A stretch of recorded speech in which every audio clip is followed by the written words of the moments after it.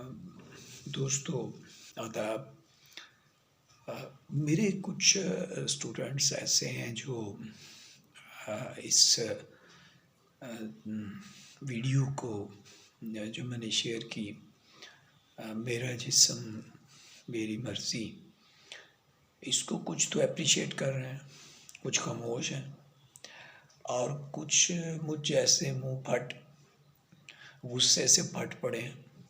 लेकिन गुस्से में प्यार है और तकरार भी है। अब सुनिए वो कहते क्या हैं। वो कहते हैं कि सर जब आपके पास पढ़ते थे तो तब भी आपसे इन उल्टे पुल्टे कामों की वजह से कुट खाया करते थे। अब जबकि हम शादीशुदा हैं, आप अब भी हमारी जान नहीं छोड़ रहे। तब भी आपने हमें चस लेने नहीं दी और ना ही अब कोई मज़ा लेने देते हैं। यार, अगर वो उसका मकसद अपने जिस्म की नुमाइश है या वो इसको जिस्म की नुमाइश को सोसाइटी में फ़रोग़ देना चाहती हैं, तो आपको कौन सा बिल आता है? आप खुदा के लिए हमारी जान छोड़ दें, कुछ तो होने दें, कुछ थोड़ा सा मज़ा आने दें, पहले थोड़ी टेंशन है। अब इस तरह के रिमार्क्स हैं जो सोसाइटी में नौजवान बच्चे दे रहे हैं और अपने टीचर्स को कह रहे हैं। भी देखिए, अगर आप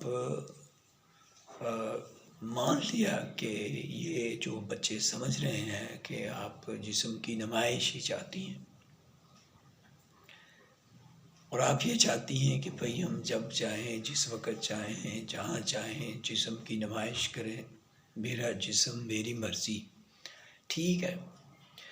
लेकिन आप ज़रा सोचिए कि आप 40 साल से तकरीबन ऊपर हैं, चेहरा भी आपका वाजबी सा है,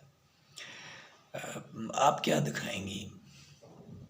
अच्छा चलें, अगर कोई मुझे कहे कि सर आप अपने जिस्म की नुमाइश करें, तो मैं क्या दिखाऊंगा? बूढ़ी हड्डियाँ, झुर्रियों वाला चेहरा है, हाथों पे झुर्रियाँ पड़ गई हैं, सर के बाल झड़ रहे हैं, नज़र वैसे ही कमज़ोर है, डोले अब डोलियाँ बनती जा रही हैं, गोडे गिट्टे सही काम नहीं करते, सवाए अपना तमस्खर उड़ाने के मैं किसी को क्या दिखाऊंगा? और अगर आप ये काम करना चाहती हैं तो देखिए, मैंने जिक्र किया कि आपसे पहले ये काम बहुत सी नामवर ख़वातीन कर चुकी हैं, जैसे परवीन बॉबी थी। अच्छा चले उसे छोड़ें, आप टॉप पॉर्न स्टार है मिया खलीफा, उसे ले लें। वो क्या कहती हैं? वो कहती है मेरे पास अब सिवाय पछतावे के कुछ भी नहीं है। आप सनी लियोन को ले लें, वो कहती है मेरा माजी बड़ा दर्दनाक है।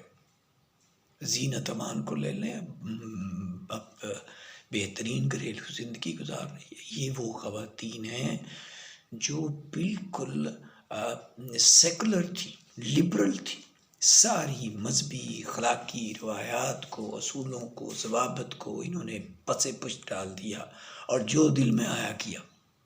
एंड क्या है? आज उनके पास सिवाय अपने माजी पर अफसोस करने के कुछ भी नहीं है।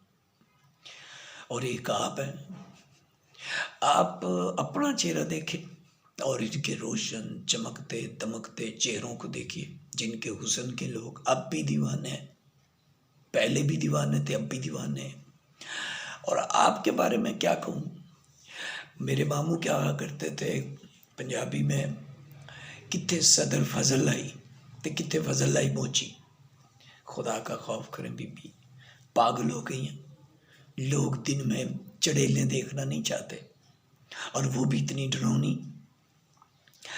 और अगर आप ये चाहती हैं कि पाकिस्तान की बच्चियां आपकी इन बातों पर अमल करें तो शर्म करें। तहरीक पाकिस्तान का क्या नारा था? ये मुल्क किस लिए लिया गया? इसके मकासद क्या थे?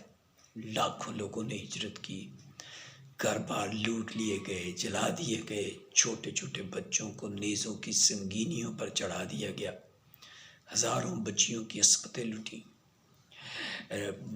सैकड़ों हज़ारों बच्चियों ने अपनी जानें, अपनी इज्जतें बचाने के लिए कुओं में छलांगे लगा दी, मर गई।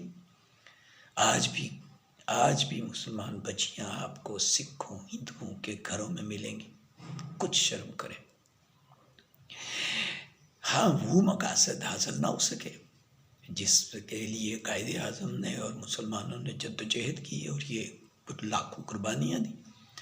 हम पर जालिम लोग मुसल्लत हो गए, हमारा इस्तेसाल किया गया, ये एक अलहदा इशू है। लेकिन क्या उन लाखों कुर्बानियों को हम भूल जाएं?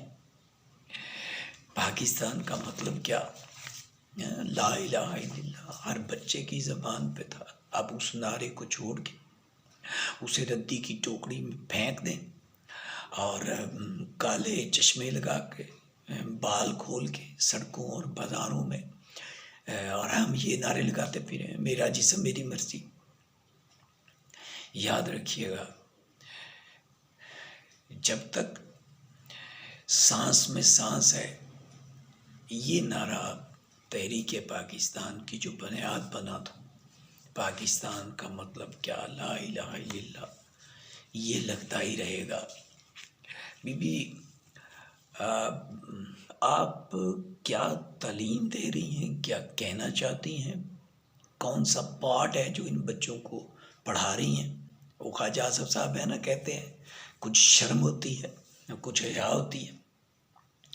वो भैया, आप शादी करना चाहती हैं, नहीं करना चाहती? बच्चे पैदा करना चाहती हैं, नहीं पैदा करना चाहती? वो कम बच्चे पैदा करना चाहती हैं, ज़्यादा बच्चे पैदा करना चाहती हैं, नहीं चाहती हैं? घर के काम काज करना चाहती हैं, नहीं करना चाहती हैं? मुलाजमत करना चाहती हैं, नहीं करना चाहती हैं? जिस्म की नुमाइश करना चाहती हैं, नहीं करना चाहती हैं? मुल्क को सेक्स फ्री कंट्री बनाना चाहती हैं, नहीं चाहती हैं? ख़वातीन पर तशद्दुद के ख़िलाफ़ हैं, नहीं ख़िलाफ़ हैं? दफ्तरों में काम करने वाली ख़वातीन को जो हरासा किया जाता है, आप उसके ख़िलाफ़ हैं, नहीं ख़िलाफ़ हैं? अरकाने इस्लाम पे अमल करना चाहती हैं या उससे फ़रार हासिल करना चाहती हैं? सियासत करना चाहती हैं, सियासत में हिस्सा लेना चाहती हैं, नहीं लेना चाहती हैं? किसी से जिनसी मरासम रखना चाहती हैं, नहीं रखना चाहती हैं? बुर्का ओढ़ना चाहती हैं, चद्दर लेना चाहती हैं, क्या चाहती हैं आप? जहेज़ के ख़िलाफ़ हैं, नहीं ख़िलाफ़ हैं? या बस सिर्फ मर्दों के ही ख़िलाफ़ है? अल्लाह वास्ते, वो पंजाबी में क्या कहते हैं, आटा गूंदी जल्दी क्यों? खुदा वास्ते का वहर है आपको मर्दों से? देखिए, आप ये याद रखिए कि आपका जो वजूद है वो मर्द ही की वजह से है, और जो आपकी वजह तस्कीन है वो भी मर्द ही है। ज़रा सोचिए, आप क्या सबक दे रही हैं? वो क्या कहते हैं, लगा है तमाशा जिस्मो जान को लेकर कई रोज़ से, लगा है तमाशा जिस्मो जान को लेकर कई रोज़ से, मुस्लिम हो के हिदायत कुरान से क्यों नहीं लेते? थोड़ा सा कुछ दीन की तरफ आए, इसको भी पढ़ के देख लें। कुरान की तरफ लौटिए, दीन की तरफ लौटिए, हैं, ज़रा झांकिए माजी में और सोचिए उन ख़वातीन के बारे में जिनको पैदा होते ही ज़मीन में ज़िंदा गाड़ देते थे। ये आपका मज़हब ही है इस्लाम, जिसने आपको ज़िंदगी दी, जिसने आपको आज़ादी दी। अब आप इससे भी आज़ादी हासिल करना चाहती हैं? बीबी, मेरा ख्याल है कि आप सिर्फ पॉपुलैरिटी चाहती थी, वो आपको मिल गई। आपको कॉम्प्लेक्स था, और वो हमारे मोहतरम दोस्त खलील रहमान कमर साहब ने जज्बात में आके आप वो पूरा कर दिया। अब जबकि आपका मकसद पूरा हो गया है, आपका यूरोप का वीज़ा लग जाएगा, तो अब ये मार्च वार्च छोड़िए, पॉजिटिव एक्टिविटी की तरफ आइए। अगर आपको अब भी समझ नहीं आई तो फिर मैं यही कहूँगा, किसी ने लिखा है, हर किसी को दलील से नहीं समझाया जा सकता, तो कभी कभी किसी को समझाने के लिए खलील की भी ज़रूरत पड़ती है। तो अल्लाह आपका हामी नासर हो, हम सब का हामी नासर हो, और खुदा आपको हिदायत दे। आमीन।